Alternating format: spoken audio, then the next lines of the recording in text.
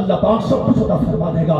بس جاتے جاتے میری یہی دعا ہے اللہ پاک سارے آنے والے مہمانوں کو خوش و آباد رکھے. ہمارے سیدزادوں کا سایہ اللہ پاک قیامت تک ہمارے سروں پر رکھے. سیدزادوں کی محبت ہمیشہ ہمیشہ ہمارے ساتھ میں قائم رکھے. استغفر اللہ ربی من کل ذنب واتوب الیہ وآخر دعوانا ان الحمد للہ رب العالمین. السلام علیکم ورحمۃ اللہ وبرکاتہ.